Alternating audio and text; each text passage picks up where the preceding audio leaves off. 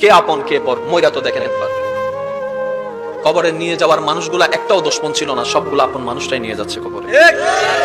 আমি চিৎকার দিয়ে আওয়াজ দিয়ে বললাম, ভাই তোরা তো জানিস আমি কবরে থাকতে পারি না, তোরা তো জানিস আমি অন্ধকারে শুইতে পারি না, তারপরও আমার জন্য কবরটা খুঁড়ে দিলি। খাটের নিচে যখন চোখ দিয়ে তাকালাম, ইমানদার ভাই মনের কান দিয়ে শুনুন, খাটের নিচ দিয়ে যখন চোখ দিয়ে তাকালাম, মনে মনে ভাবলাম হয়তো শত্রুরাই কবরের দিকে নিয়ে যাচ্ছে। যখন নিচে তাকাই দেখলাম চোখ কপালে উঠে গেল, একজনও আমার দুশমন নাই, সব আমার আপনগুলাই আমাকে খাটের মধ্যে নিয়ে কবরের দিকে নিয়ে যাচ্ছে। কে আপন কে আপন? প্রশ্ন করতে থাকুন নিজেকে, কে আপন কে আপন? উত্তর আপনি পাবেন না, উত্তর আপনি পাবেন না। এবার কবরের মধ্যে চলে গেল। গভীর মনোযোগ। প্রস্তুত আছেন তো? প্রস্তুত আছেন তো? ইনশাআল্লাহ। প্রস্তুত আছেন তো? ইনশাআল্লাহ। লাশটা কবরে রেখে দিল। উপরে আস্তে আস্তে চাটাই দিচ্ছে। ওই পাশের ফাঁকে ফাঁকে কিছুটা আলো ঢুকছে।